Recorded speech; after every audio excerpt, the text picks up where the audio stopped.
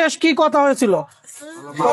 শেষ কথা চার্জারটা চাইছে ওই পর্যন্ত আমার সাথে আর কথা কয় না।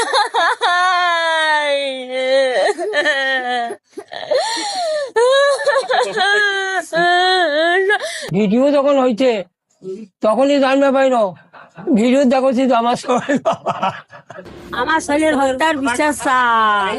আসসালামু আলাইকুম। আমরা এই মুহূর্তে রয়েছি রংপুর জেলার মিঠাপুকুর উপজেলার উষা বালুয়ায়।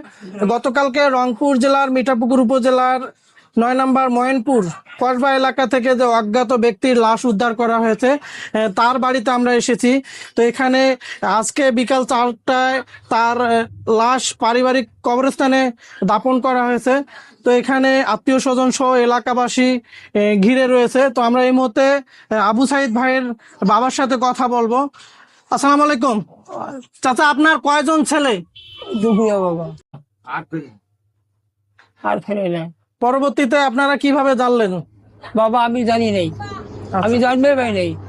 আমি হাট গেছিল আসি সত্যি এই জায়গায় এখানে ওখানে শরীর খুব অসুখ, ঘুম ধরছে, মোবাইল দেওয়া আছে।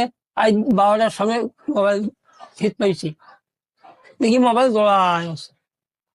আচ্ছা, তারপরে বিয়ের সকালে কাজে গেছি, ওই যে ভিডিও যখন হয়েছে তখনই জানবে পাইল ভিডিও দেখছি তো আমার সবাই ওই ভিডিওতে আমি লাইভ করেছিলাম।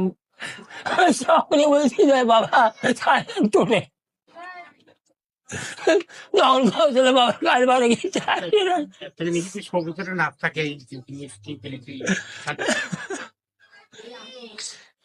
আমি প্রশাসনের কাছে দেশবাসীর কাছে সত্য বিচার চাই।